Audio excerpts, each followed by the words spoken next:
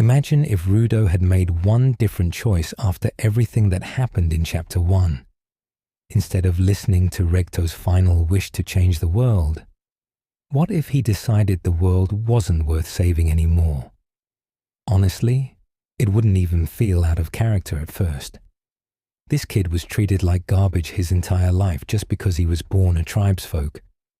Then the one person who actually loved him gets murdered. Everyone immediately blames him without evidence. Chiwa turns her back on him, and he's literally thrown into the pit to die. Most protagonists somehow stay hopeful after that, but Rudo almost didn't. If someone had pushed him just a little further, Gachiakuta could have turned into the story of its greatest villain. The scary part is that Rudo already starts the series fueled almost entirely by revenge. When Engine first finds him on the ground, Rudo isn't talking about becoming a hero or protecting people. He wants to climb back to the sphere and make everyone pay for what they did to him.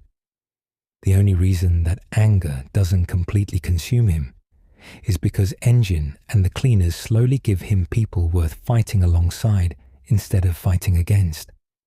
If Engine had shown up a day later, or never showed up at all, Rudo probably would have spent all of his energy getting stronger for one purpose: destroying everyone above. As the series goes on, Rudo starts building real bonds with people like Zanka, Ryo, Semu, and the rest of the cleaners. Those relationships constantly pull him back whenever his anger starts taking over. But imagine those same people dying one after another because of the sphere or another betrayal. That would completely reinforce the idea that Regto was the only good person who ever existed. Instead of protecting his friends, Rudo might decide that caring about anyone only leads to suffering. That's exactly the kind of mindset that creates some of anime's best villains. His powers would make that even more terrifying. Rudo already sees value in things everyone else throws away. That's basically his entire philosophy. Now imagine if he twisted that belief. Instead of restoring the value of discarded objects, he could start reclaiming discarded people. Criminals, outcasts, raiders, abandoned children, anyone the world considered trash could become his army. Ironically, he'd still believe he was saving people. He wouldn't see himself as evil at all. He'd think everyone else was the real villain for creating a society that throws both objects and humans away. What's even crazier is that some of the biggest mysteries in Gachiakuta could push him even closer to that edge. As Rudo learns more about Regto, the Watchmen series, the angels, and the secrets connecting the sphere and the ground, he keeps discovering that the world is even more corrupt than he originally thought. Every new revelation gives him another reason to question whether the system deserves to survive at all.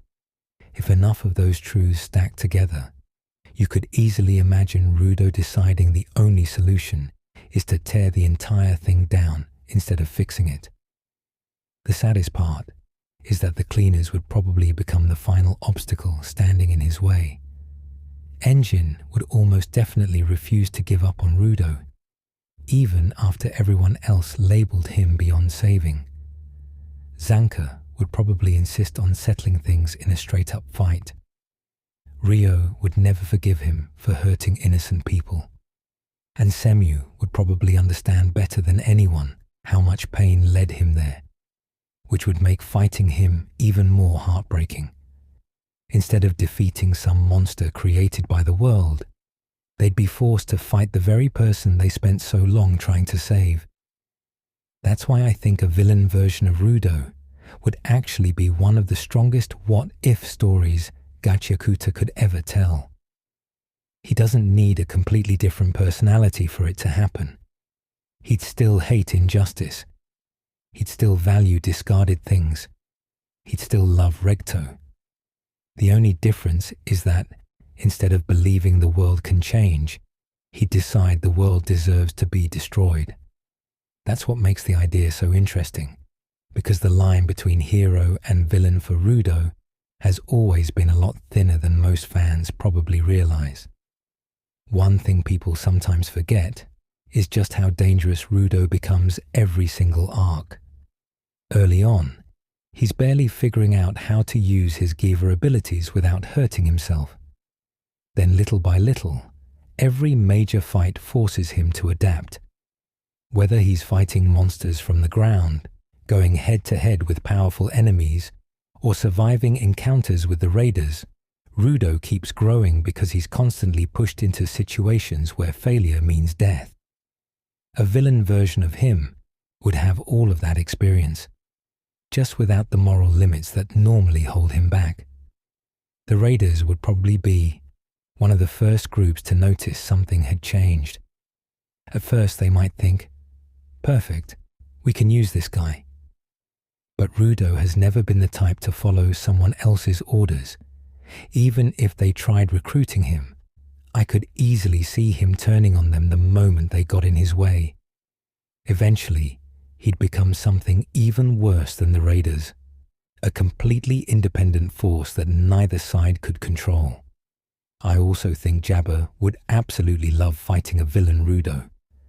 Even in the actual story, Jabba is obsessed with strong opponents and enjoys chaos more than almost anyone.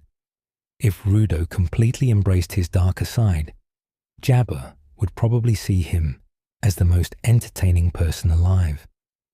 Their fights would become less about winning and more about seeing who could push the other further into madness. Then there's ammo. One of the biggest reasons Rudo fights is because he wants to protect people who remind him of himself. When he meets people who've been abandoned or treated as worthless, he naturally connects with them because he lived through the same thing. But if Rudo became the villain, imagine Amo watching the one person she trusted slowly become exactly what everyone feared. That would easily be one of the saddest relationships in the series. Another thing that makes this idea so interesting is Rudo's intelligence. He's emotional, sure, but he's also incredibly observant. He notices details other people ignore, especially when it comes to objects and how they're used. If he started planning instead of simply reacting, he'd become much harder to stop. Instead of charging straight into battles, he'd probably manipulate situations so that his enemies defeated themselves before he even arrived. His ability would also become way more creative. Right now, Rudo usually uses ordinary objects in clever ways during fights because he's trying not to hurt innocent people or destroy everything around him. A villain wouldn't care about collateral damage. Entire buildings, vehicles, mountains of trash, abandoned machinery. Everything around him could become a weapon. Every battlefield would basically become his personal arsenal. What's really scary is that some people would probably agree with him. The sphere has treated countless people as disposable. Entire populations are ignored while the wealthy continue living comfortably above. If Rudo started exposing those truths while attacking the people responsible, plenty of citizens might actually support him. He wouldn't just be creating fear.